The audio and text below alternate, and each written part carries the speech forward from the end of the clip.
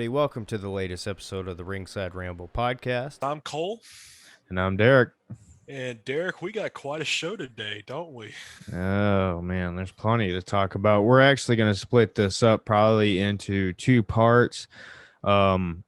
For y'all who don't know, we do this over Zoom, and Zoom gives you a lovely time limit before they proceed to just flat out cut you off, and you don't even realize you got cut off. So that's happened to me before, where I was talking, doing an interview, and found out the last like 5 minutes wasn't recorded. So we're gonna have to probably split this up into two halves, but yeah, we got a lot to talk about.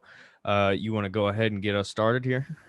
Yeah, we got a bunch of things to talk about. Let's go and get started. WWE is doing a little bit of corporate downsizing. Unfortunately, corporate downsizing means if you're a wrestler, you're going to get slashed. So one of the biggest things they did recently, which in the last couple of days, was actually 2 days ago, let me put it like that, Braun Strowman got the axe. Along with Aleister Black, Lana, Murphy, Ruby Riott, and Santana Garrett. But the biggest one we have right now is Braun Strowman. Yeah, this is I make the choo-choo noises, but this is obviously we don't want people to be fired who don't deserve to be fired. This is unbelievable to me because literally not too long ago, Braun Strowman was in your main event fighting for the WWE Championship, and now he's gone. And he is through and through a WWE guy. This is the type of guy that people joke about when it comes to Vince. Oh, he only likes the big, strong guys, And I did hear rumors about he wanted out, so maybe that would make more sense. But this came so out of nowhere for me, specifically with Braun, because even though they have not handled him right, he's still got so much potential. And if they wanted to, he could be a main star. It didn't make a whole lot of sense to me. But this one really didn't make a whole lot of sense to me. And I know we'll talk about this one probably the most. Aleister Black released. When we did this about a month ago, talking about these possible releases, what did I say? Aleister Black might be coming later. And then there was reports of, no, they have plans for him. They're filming stuff. And that was true. It was true. He just re-debuted on SmackDown. Literally just re-debuted on SmackDown. And let's see. He wasn't on last week, so it was the week before. And now he's gone. So we'll talk about what this means for Big E, but just my quick thoughts on this list, man. Those first two, I don't get. Lana, I understand. I'm calling him Buddy Murphy. They call him Murphy now. I don't care. He's still Buddy Murphy to me. One of the most talented wrestlers I think I've seen in a long time that's just wasted as usual. But just this is unbelievable. Ruby Riott, not necessarily surprised. She never really seemed like a WWE kind of wrestler, more of an independent. And I'm not quite sure who Santana Garrett is, so no disrespect to you. But this list as a whole, some not surprising and some very, very surprising. So what was your thoughts on this list here? The thing is, they for WrestleMania, I feel like they did a really poor job with Strowman's run and going into WrestleMania, and then afterwards, and then just dropping the ball like that on him is that's right. Ridiculous. He just faced Shane. Yeah, I forgot. He just faced Shane, and then right after WrestleMania, boom, bye-bye, you're done. Well, no, I'm sorry, after WrestleMania Backlash. Yeah, when he was in the main event for one of your main championships. Yeah, that makes a lot of sense. Yeah, and then let's see, and then they just, yeah, they're right. May 21st, Aleister Black comes in on SmackDown. And they were gearing him up for a big run with Big E, and the next thing you know, now Big E has nobody to go after. Well, this is welcome to WWE. According to from Sports Illustrated, this after releasing the other three ladies, now they've only got 7 competitors active on the SmackDown roster. Is that women's roster? On the women's roster, that's correct. Yeah. Yeah. And this is just the first round of matches. I mean, heck, Jerry Briscoe, one of the best agents and old school NWA wrestlers ever, got released and all these other people got released recently. They've been cutting a lot of they've been cutting a lot of people out. I mean, and a lot of people that really doesn't deserve to go. No, main talent. Braun Yeah, Strowman, Aleister Black, main, Samoa Joe. main talent.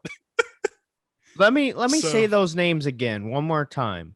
Samoa Joe, Braun Strowman, and Aleister Black. Now, if that doesn't tell you something is happening here, and I'm sure that's what we were going to transition into anyway, there's something going on here. There's something.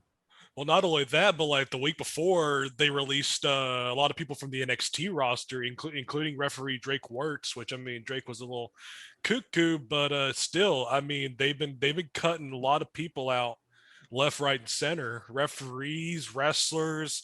They even slashed their digital media department. They slashed their they cut out the digital media department. They've been cutting wrestlers, referees, office staff. It's like from back in the 90s when Vince took out the water coolers because they couldn't afford it. I mean, goodness, that's the direction they're going again, where they're going to be taking out the water coolers out of Titan Tower. Well, we might as well go ahead and kill the elephant in the room here. Are they selling the WWE? According to all the rumors, it would appear as if Nick Kahn, since we give Vince a lot of heat here and there with thinking that Vince is the guy responsible. But when I look more and more into the people getting cut, it doesn't seem like a Vince thing, because I mean, if it was Vince, especially the Vince of 20 years ago, people like Braun Strowman and Aleister Black and Samoa Joe wouldn't have been chopped. I mean, it'd have been like some other job guy down the roster. But with the people they're just cutting, just these big time mainstream talent, it would appear as if whoever's making the decisions, Nick Kahn, the CEO of WWE, clearly not a wrestling guy. So obviously, he's just making decisions based on however it feels like, which I find it funny that they're making all these cuts when right now WWE is not only making record profits, but Nick Kahn just bought himself an $8 million mansion in Beverly Hills. Mm. So but usually in corporate, as someone who has experience within the business world of things, usually when they do a lot of cuts like that, especially just downright employees, it doesn't matter really who, when they're doing all these cuts, I think they're preparing to sell off the company. To who? No idea. But it would appear as if with all these cuts, if they go through a sell, it'll look good, because I mean, you'll be able to be like, well, we've downsized all these apartments for you and everything, so you don't have to go ahead and cut everything, and you got money in the bank to reserve. And so I mean, it's either going to be a full-on sale, or they're just doing a complete and total restructuring from the bottom up. Yeah, I think it could be a few things here, right? I think number one, either they are going to sell, which I think sounds crazy, but I think when you take a step back and you kind of look at the big picture here, Vince McMahon is continuing to get older day by day, as we all are.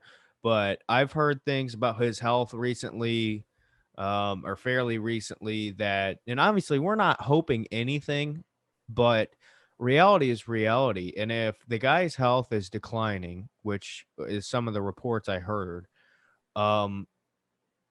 something has to be done, at very least planned, So either they're selling, and my guess would be they're either selling to Amazon or Disney, And I think to me, Disney would make sense because they could easily take this I hate to say it, but take it a more kids route, which obviously we don't want.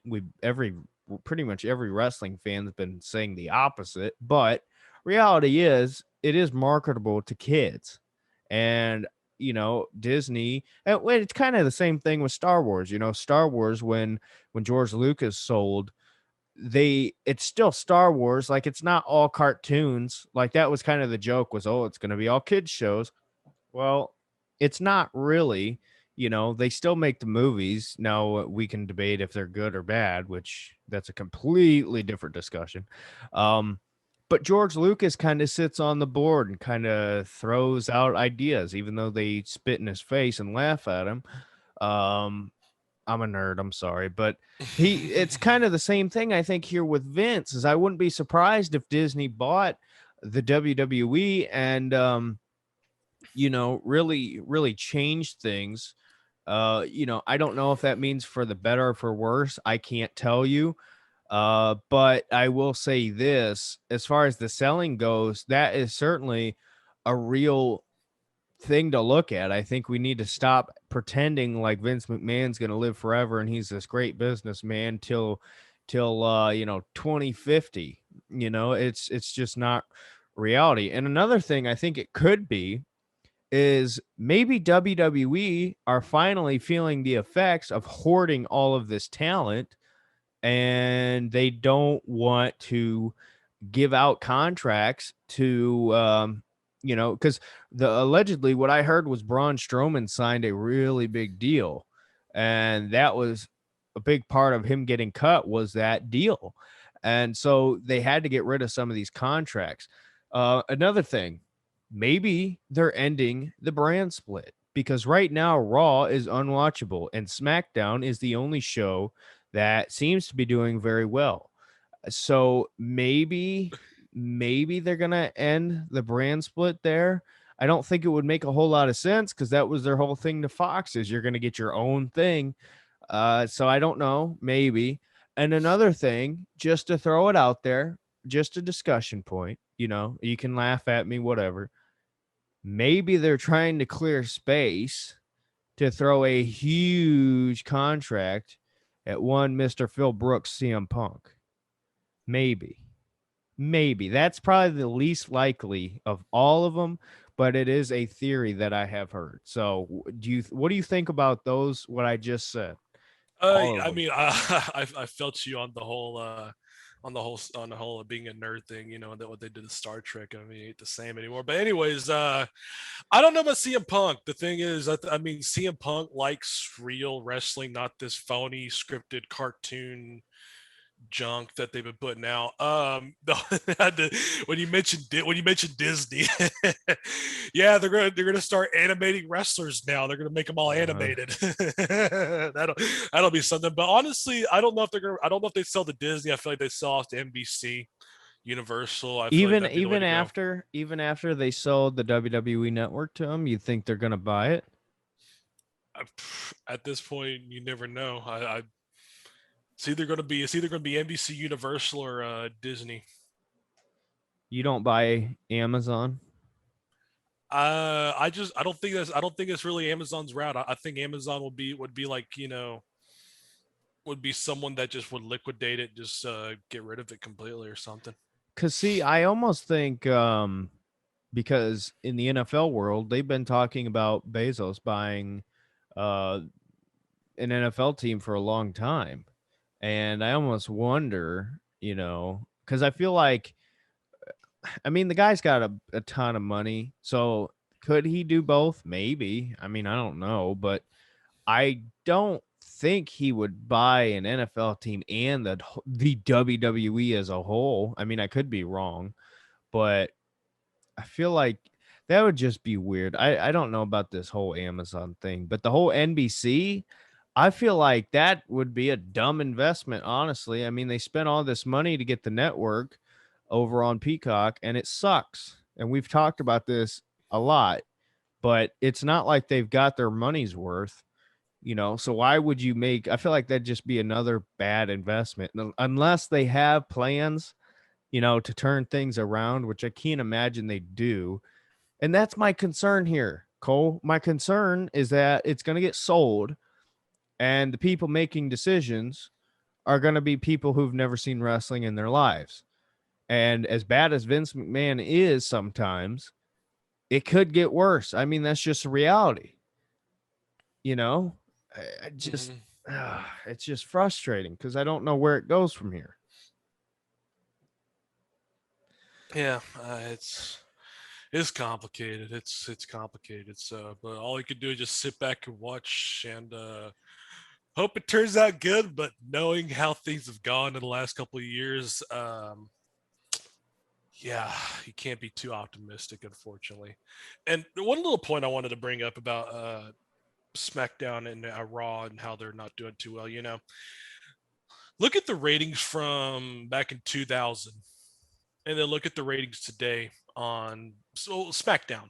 Oh, Okay, shoot. You don't even have to say 2000. Say 2012, 2010, 2011, they 13. were averaging 10 million views a night. Now they're doing good just to average a million, and And that's you just the know, WWE.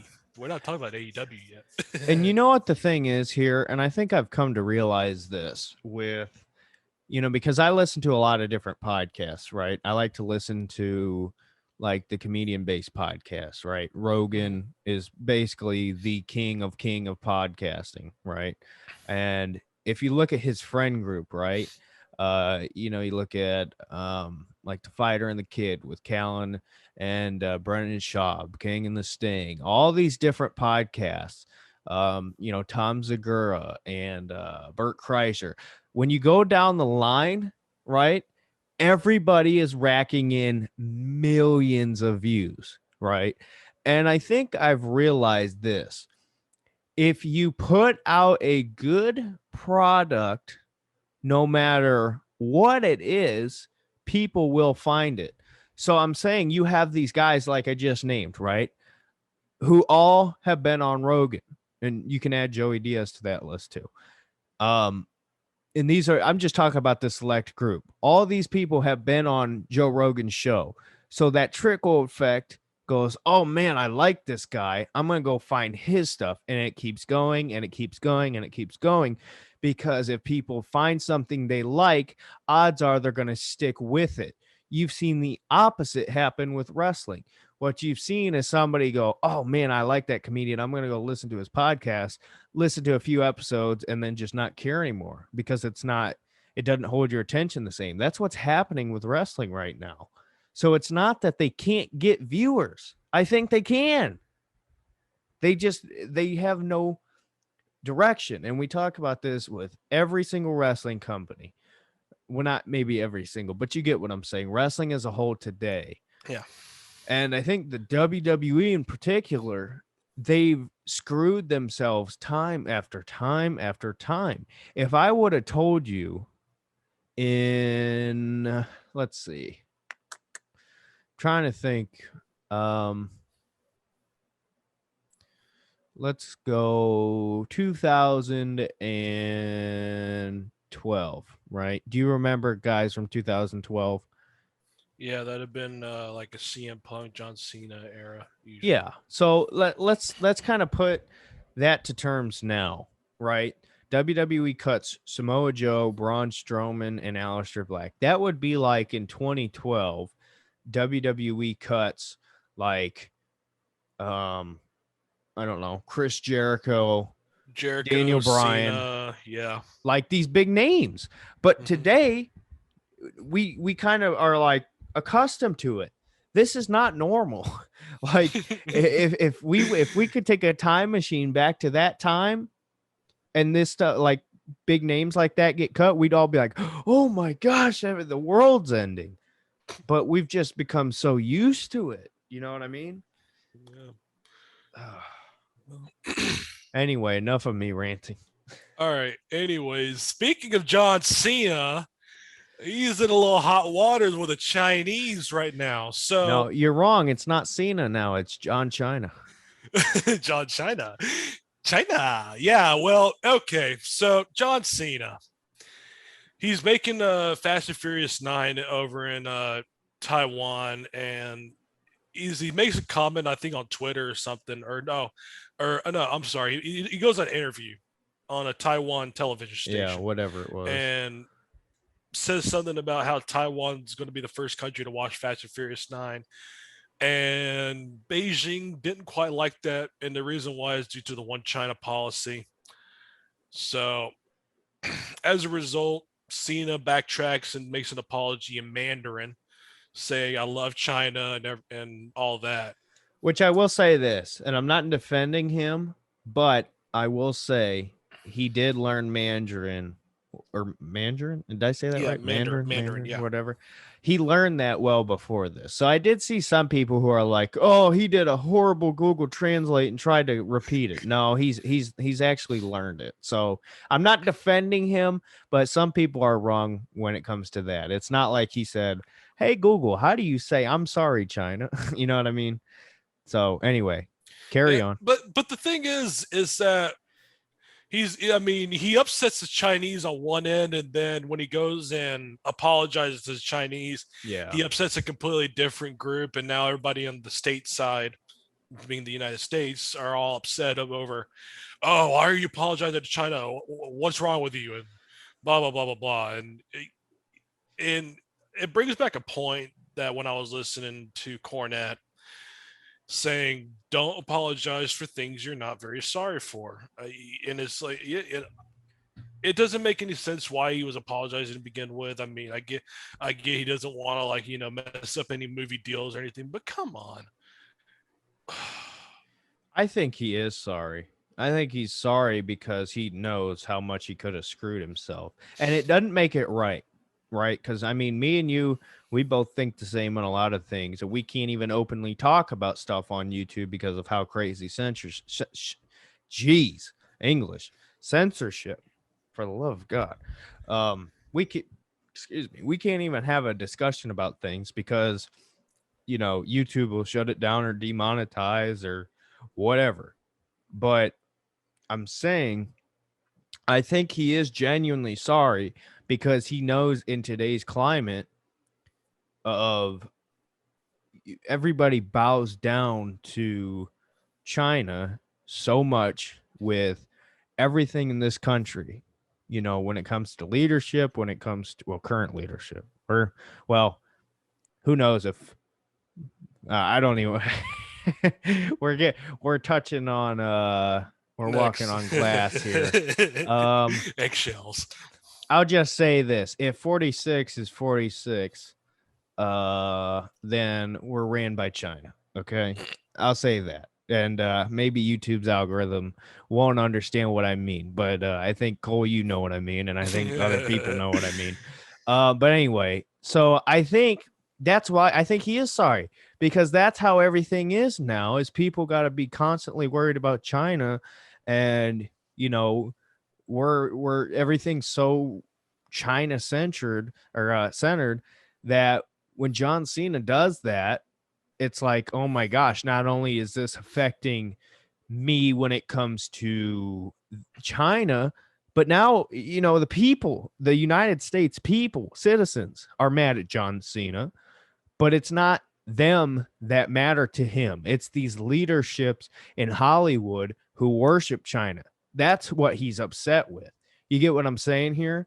So, yeah, the people are mad at him, but these directors and some actors and, government officials who all worship China, that's who he's upset or that's who he's sorry with because he knows that's where it's going to affect him or it could. Mm-hmm. Absolutely. So, Anyways, like I said, we're walking on glass. So, we'll see if I get in let's trouble. get on some more solid ground here. Yeah. Mark Henry, my somebody from my little home area, Southeast Texas, Silsbee, Texas, the world's strongest man, Mark Henry, has decided to leave the WWE for AEW because he's one of the few people that's getting tired of getting trashed on every time he goes on Legends nights. And that this is a problem with WWE again. Is with their legends, they absolutely just misuse and abuse their legends, and as a It's result, that's what's funny. happening. It's funny. As soon as you said that about Mark Henry, I get an alert from Bleacher Report. Live AEW Dynamite. We hear from All Elite Wrestling's newest broadcaster, Mark Henry. So that's hilarious.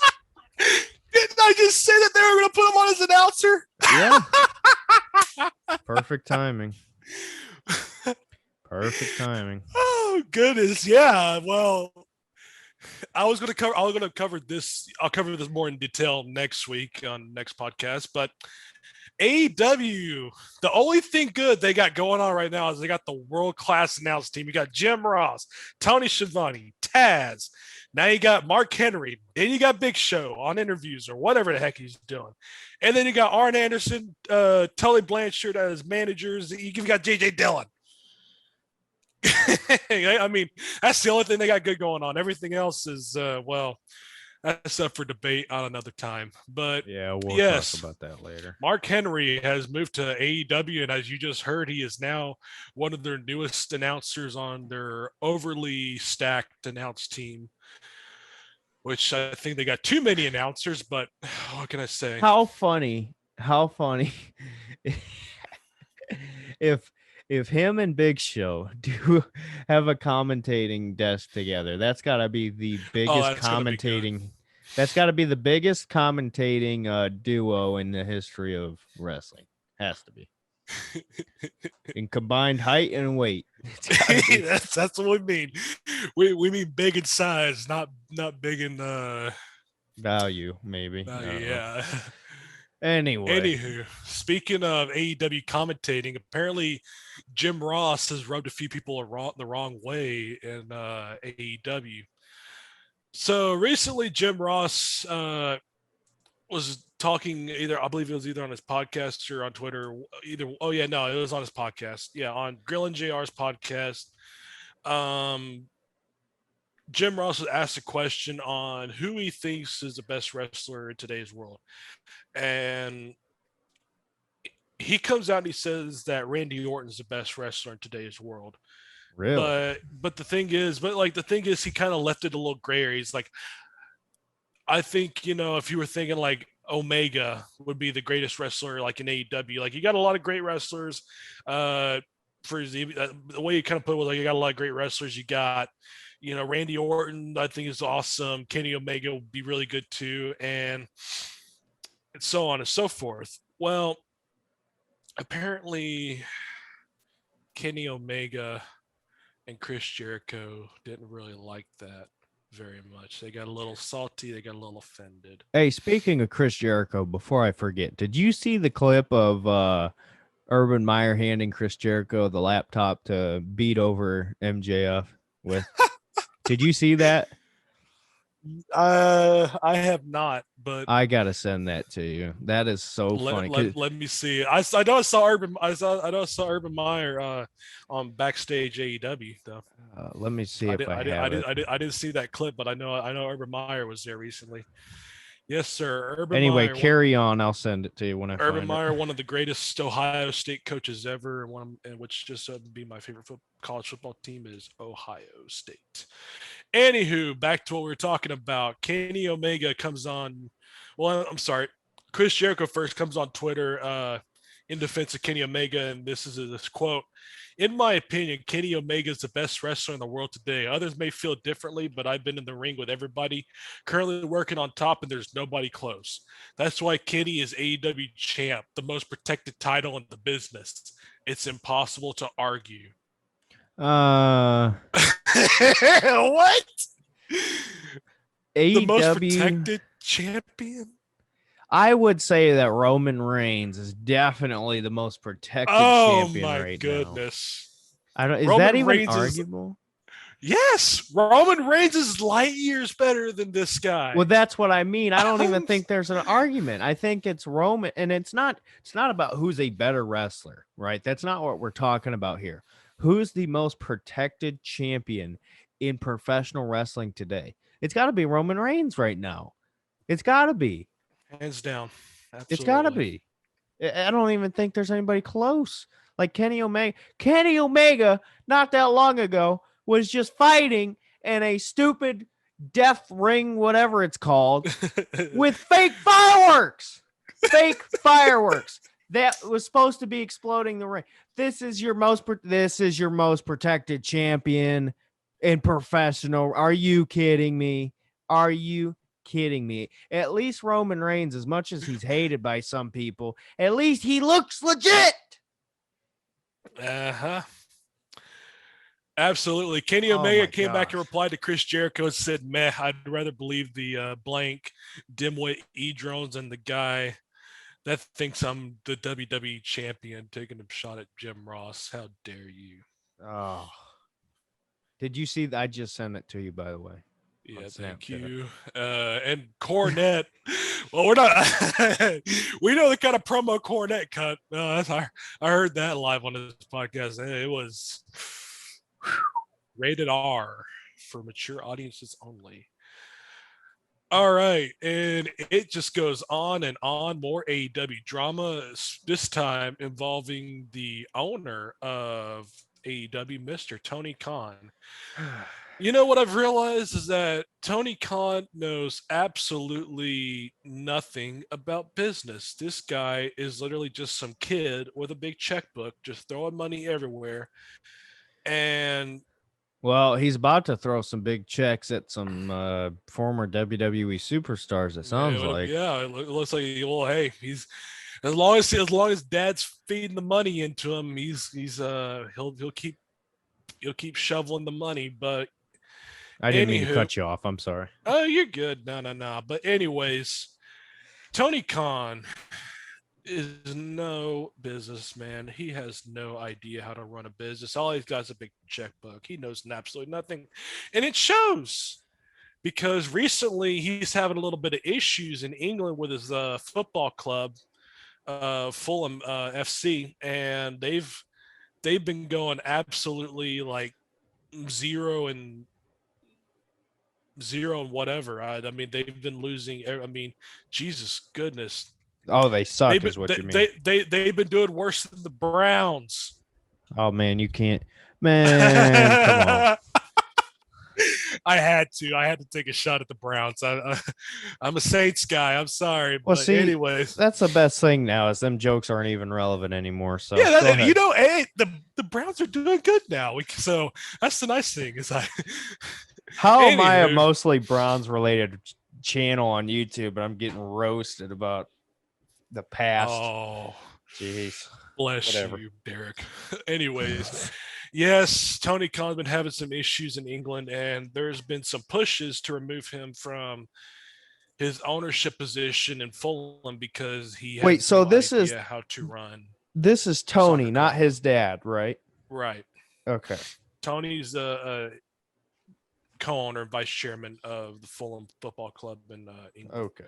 And they've been doing absolutely terrible. So, but this Because is by the way, his dad running the Jacksonville Jaguars has not done the greatest job recently either.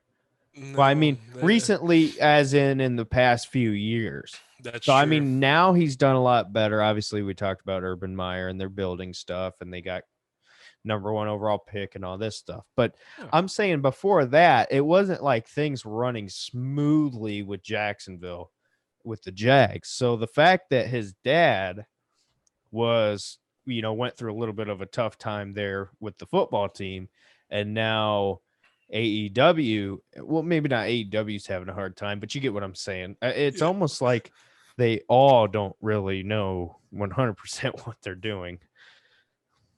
Well, I mean, and as a result of all the lovely business decisions going on at AEW, recently they've been moved to TBS. Yeah, what's going to happen with the TNT Championship? Can you explain that one to me? It's either going to become it's either going to become the TBS Championship. I don't know how they're going to rebrand that, but Hey, speaking of championships, real quick, and I know I keep getting off track, but did you see they finally updated the women's championship so it's not that small, horrible looking thing? Now they made it look good. I have seen it. Yeah, looks much better. So good to AEW for that one. Anyway, onward. Congrats. Okay, here we go. In news that is concerning wrestling, but not within direct wrestling.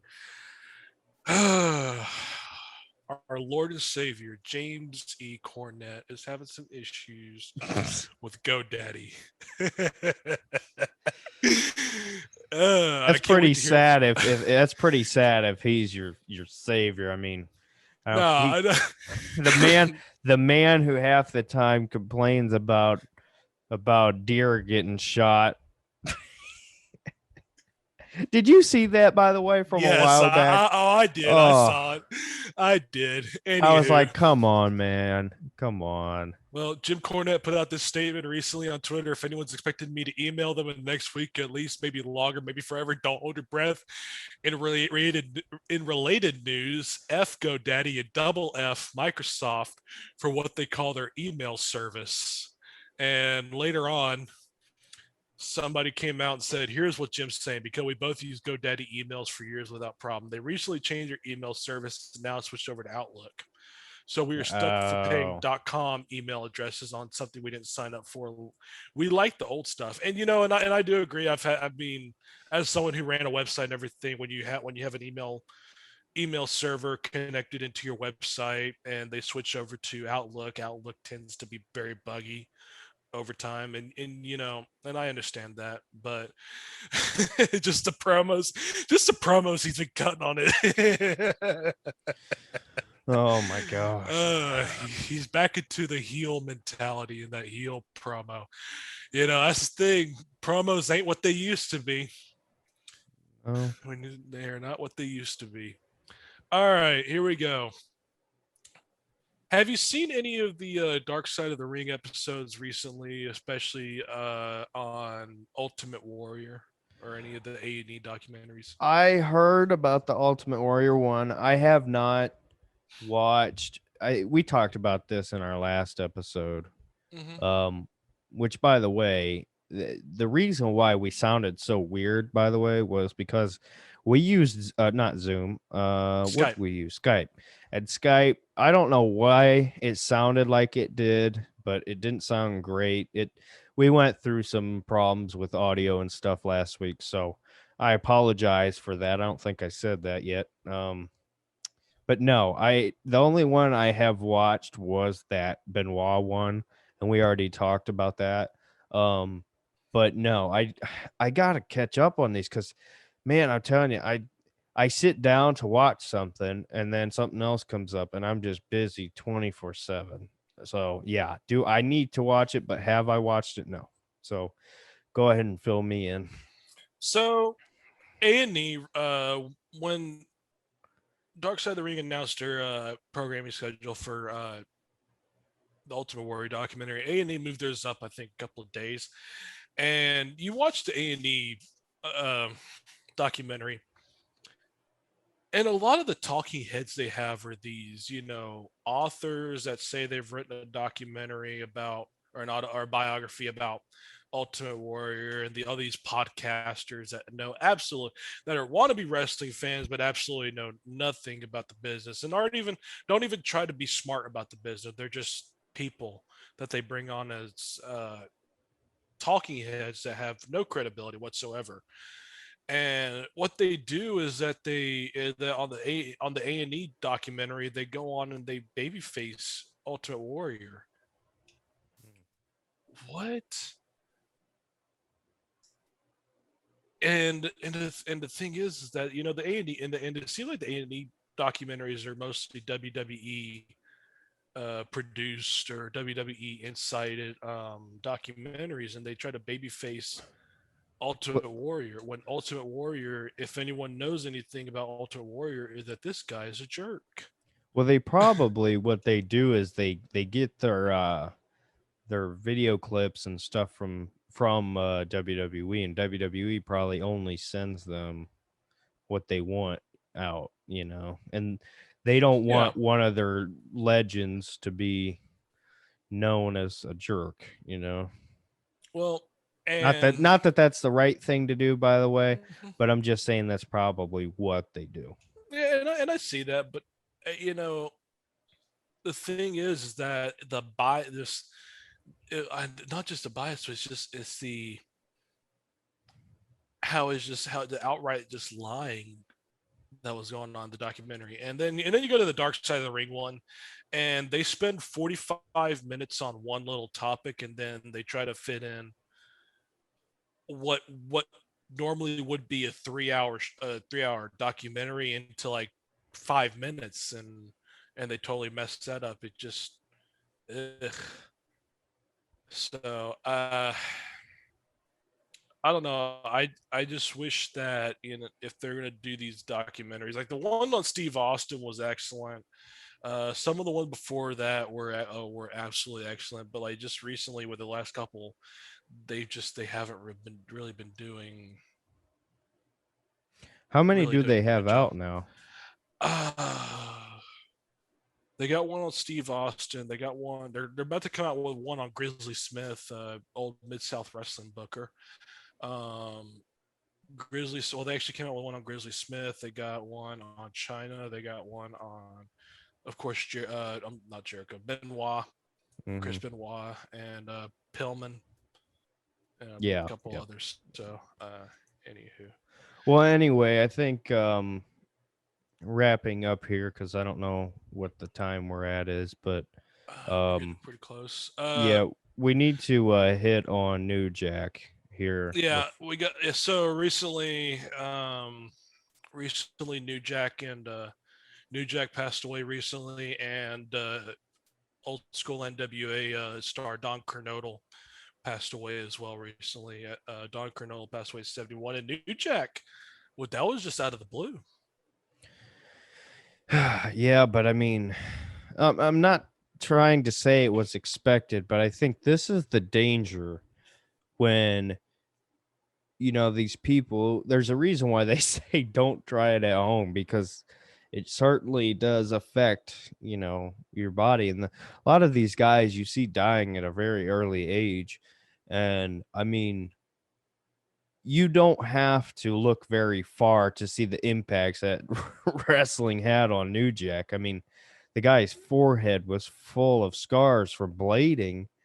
Mm-hmm. Um, and I mean, it's cool to be known as the guy who was, super hardcore and not afraid to do things. But yeah, I mean, it's it's sad, but this is the reality of professional wrestling, and this is why they've had to change it over the years. And for New Jack in particular, yeah, it's sad. It was kind of out of nowhere, but it's just the reality. This is what's going to happen if you put your body through this kind of stuff. So Yeah, and recently with Don Kernodle, he back in the 70s and 80s, he was a wrestler with Jim Crockett Promotions and WWE. Did a lot of runs with Sergeant Slaughter. I mean, they were a big tag team, and they did it at when George Scott was the booker. I believe it was George Scott and Ole were the booker. I mean, they had big runs in Crockett back in the 70s and 80s, and were absolutely just fantastic. I mean, if you go look at the old clips they had of Crockett, I'm sorry, Kernodle and Slaughter. I mean, goodness, that's what I mean. That's what wrestling used to be. It was absolutely just. I mean, even and you can hear the crowd reactions. It's just absolutely amazing. And they look at it now. I mean, just dead and monotonic. But and for you him know, to, I know, what'd you say it was, 73? 73, 73. 73, in normal, I say normal people, but to a lot of people that sounds pretty young, but wrestlers, I mean, there's a lot of wrestlers, going early. So, I mean, for him, he was able to have a long life for his career, very successful. So, it's obviously not a good thing to see somebody pass, but I mean, the bright side is he got to outlive a lot of people, Mhm. and Yeah, I mean, after his run in Crockett in the late '80s, before it became WCW, and I know he became sheriff in North Carolina, and he was a deputy sheriff in the Carolinas for a couple for till he passed away. I mean, occasionally he'd go around and do some fan fest appearances and a couple of little spot shows here and there, but mostly he was a deputy in a North Carolina sheriff's office and passed away at 71. So he had a good run and a good life and just had some absolutely world star matches against the Koloff, Bob Orton, and all those people. So, anywho, well, obviously our thoughts and prayers and everything goes out to the families and everything, and it's unfortunate, but it's a reality. It happens to all of us. It's just a matter of when. So not to, not to be depressing, that last part. Good grief. yeah. Uh, but yeah. So Anyways, well, that's all the time we have, folks. Stick around and check out part two coming up on the next series of Ringside Rambles. And yeah, that'll probably be. Um, I'm busy tomorrow and Sunday. Maybe we can do it Monday. Maybe. Hopefully, have it out by Tuesday. I don't know. We'll connect. We'll figure it out.